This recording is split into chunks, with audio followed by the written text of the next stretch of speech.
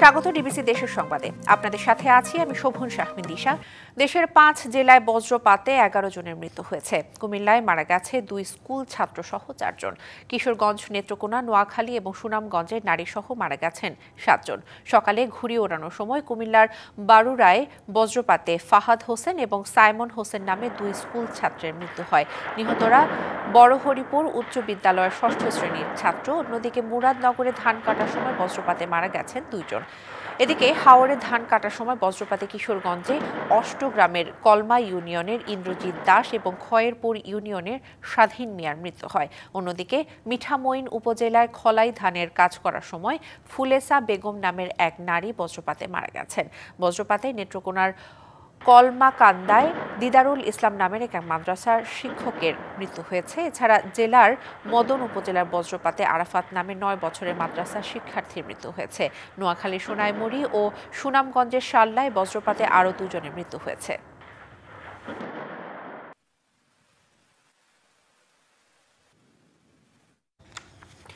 লালমনিরহাটের বুড়িমারি স্টেশন থেকে Burimari express train চালুর দাবিতে রেলপথ এবং সড়ক অবরোধ করে বিক্ষোভ চলছে।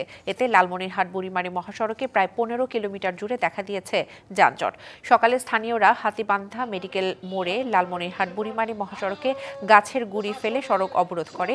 তাদের দাবি, বুড়িমারি রেলওয়ে স্টেশন থেকে ঢাকা রুটে সরাসরি বুড়িমারি এক্সপ্রেস ট্রেনের চলাচল শুরু না হওয়া পর্যন্ত সড়ক অবরোধ চলবে।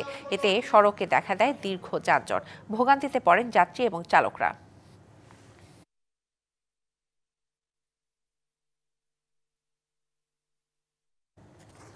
শ্রমিকদের ওপর হামলার প্রতিবাদে দ্বিতীয় দিনের মতো ভোলায় সব রুটে বাস ধর্মঘট চলছে। সিএনজি অটোরিকশা চলাচলেও বাধা দিচ্ছে বাস শ্রমিক ইউনিয়ন। এতে ভোগান্তিতে পড়েছেন যাত্রীরা। রবিবার সন্ধ্যা 6টা থেকে ভোলার অভ্যন্তরীণ 5টি রুটে বাস চলাচল বন্ধ হয়ে যায়। সোমবার সকাল থেকে বাস শ্রমিকরা ভোলার বীরশ্রেষ্ঠ মোস্তফা কামাল বাস স্ট্যান্ড এলাকায় বিক্ষোভ মিছিল করার পাশাপাশি সিএনজি চলাকালে বাধা সৃষ্টি করেন। এছাড়া একাধিক সিএনজি বাস ডিপোতে আটকে রাখেন।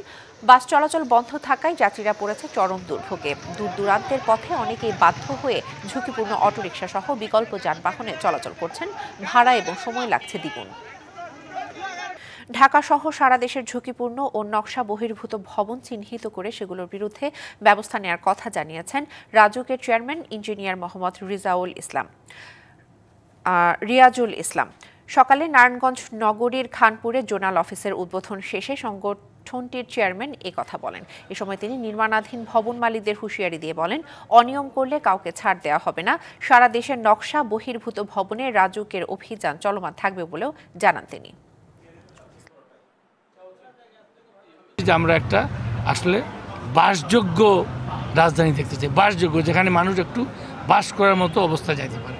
যে আমরা যেগুলো আন্ডার কনস্ট্রাকশন বিল্ডিং বা আদার্স যে কোনো কনস্ট্রাকশন আন্ডার মানে প্রসেসের মধ্যে আছে, সেগুলোতে কোনো জিরো টলারেন্স, এখানে নিয়ম নীতির কোনো ব্যত্যয় ঘটানো যাবে না। অর্থনীতির গেম চেঞ্জার হতে যাচ্ছে মহেশখালীর মাতারবাড়ি। দেশের প্রথম গভীর সমুদ্র বন্দরকে রিজিওনাল ট্রান্সশিপমেন্ট হাব হিসেবে ব্যবহারের প্রস্তুতি নিচ্ছে সরকার।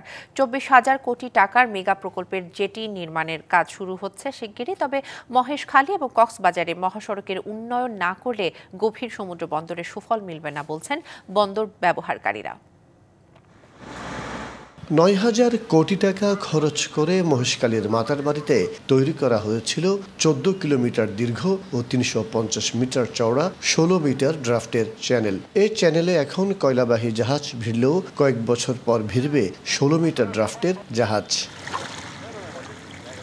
সিঙ্গাপুর ও শ্রীলঙ্কা সহ প্রতিবেশী দেশগুলো গভীর সমুদ্র বন্দরের সুবিধা নিয়ে শুরু করলে আঞ্চলিক ট্রানজিট হাবে রূপান্তরিত হবে মাতারবাড়ি। মাদার ভেসেলগুলো বেশি কন্টেইনার নিয়ে আসার পাশাপাশি চট্টগ্রাম, পায়রা ও মোংলা বন্দরের সাথে বাড়বে কানেক্টিভিটি। মাতারবাড়ি গভীর সমুদ্র বন্দর নির্মাণে জাপানি প্রতিষ্ঠান প্যান্টা ওশান কনস্ট্রাকশন ও টয়া কর্পোরেশনের সাথে গত 22 এপ্রিল রাজধানীর একটি হোটেলে চুক্তি সম্পন্ন হয়েছে। মাতারবাড়ি ডিপ সিপোর্ট আগামী 2029-এর মধ্যে অপারেশনে চলে আসবে ইনশাল্লাহ।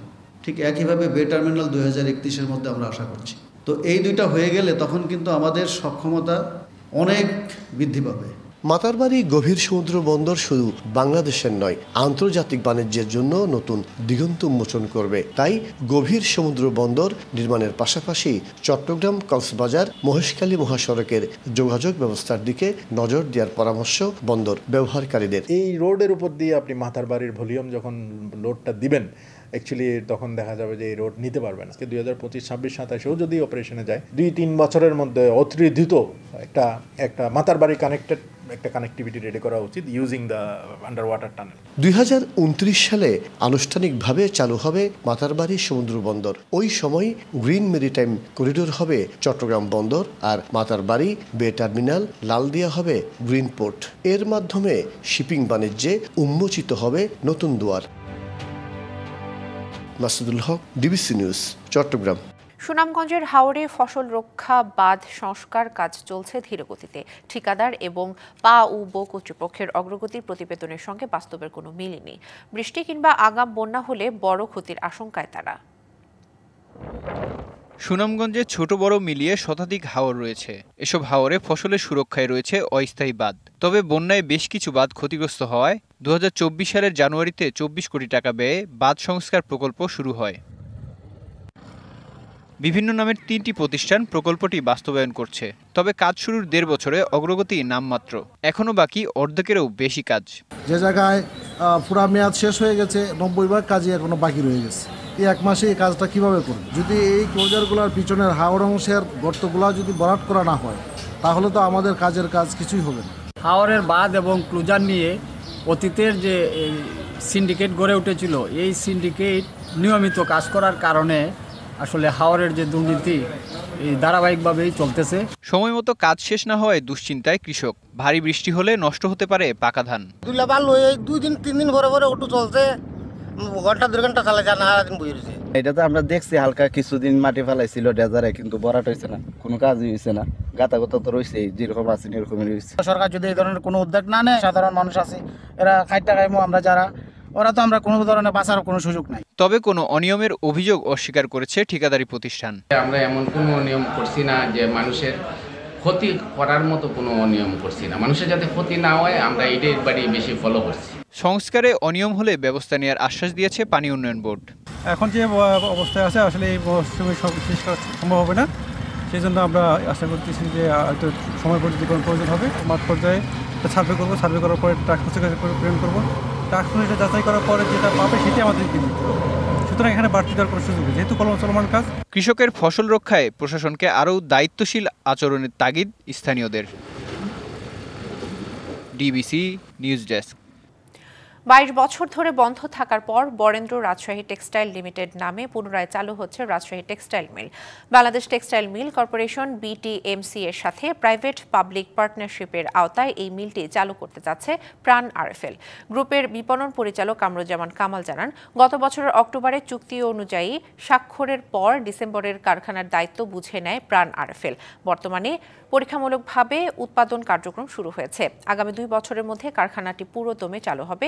শতভাগ রপ্তানিমুখী এই কারখানায় তৈরি করা হবে বিভিন্ন ব্যাগ, জুতা ও তৈরি পোশাক। 2 বছরের মধ্যে 12,000 মানুষের কর্মসংস্থানের লক্ষ্যে প্রায় 350 কোটি টাকার বিনিয়োগ পরিকল্পনা নেওয়া হয়েছে।